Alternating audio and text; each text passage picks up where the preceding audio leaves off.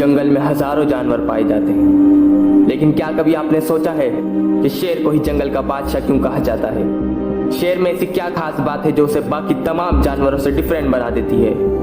क्योंकि अगर हम ताकत की बात करें तो हाथी से ज्यादा ताकतवर जानवर कोई नहीं।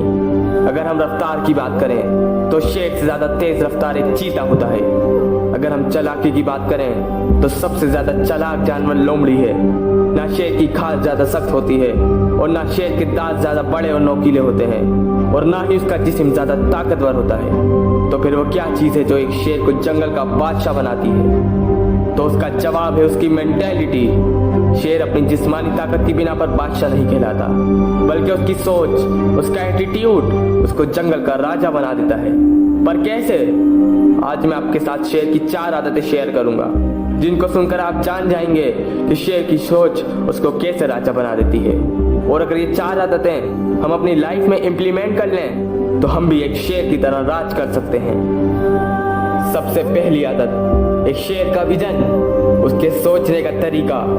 जब एक शेर हाथी को देखता है तो वो ये नहीं सोचता कि ये इतना ताकतवर है, इतना बड़ा है, बल्कि वो ये सोचता है कि मुझे इसका शिकार करना है, मुझे अपना पेट भरना है, और फिर वो शिकार करके ही दम लेता है। ये है उसकी सोच, ये है शेर की मेंटालिटी।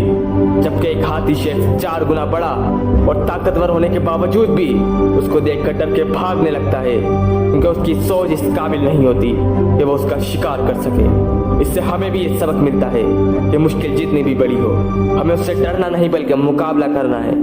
क्योंकि कहते हैं ना कि फसलें वो ही निखरती हैं तो तूफानों का सामना करके निकलती हैं। दूसरी आदत, एक शेर अगर भेड़ियों के झुंड में जब तन्हा गिर जाता है और जब तमाम भेड़िए उसको चारों तरफ से घेर लेते हैं और जब बचने का कोई चांस नहीं होता, तो फिर भी शेर अपनी आखिरी सांस तक मुकाबला करता है और या तो मर जाता है या फिर मार देता है।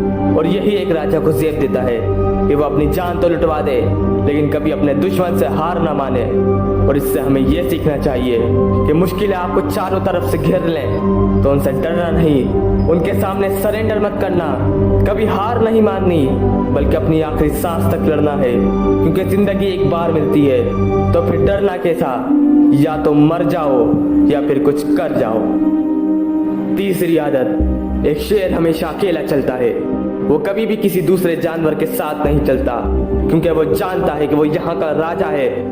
और इससे हमें भी ये सबक सीखना चाहिए कि कभी भी अपने से छोटी सोच वालों के साथ मत रहें, क्योंकि आप वो कर सकते हैं जो कोई नहीं कर सकता।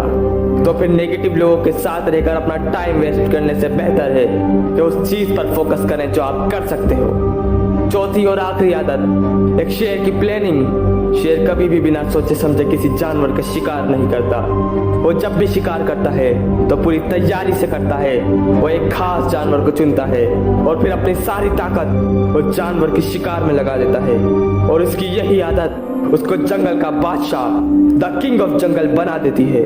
और इससे हमें भी ये सबक मिलता है कि कभी भी बिना सोचे समझे कोई कदम ना उठाए, एक मकसद को चुने और फिर उस मकसद को हासिल करने के लिए पूरी जान लगा दें और इस दुनिया को बता दें कि मैं भी एक शेर हूँ।